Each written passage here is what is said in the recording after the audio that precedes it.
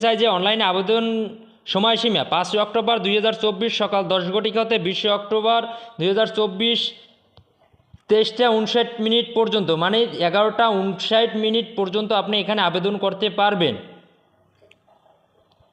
এখানে প্রার্থীর বয়স, যোগ্যতা, অভিজ্ঞতা যে প্রয়োজন সেটি নিয়ে এখন আলোচনা করব। প্রার্থীর বয়স 20 অক্টোবর 2024 খ্রিস্টাব্দে 19 বছর হতে 27 বছরের মধ্যে হতে হবে।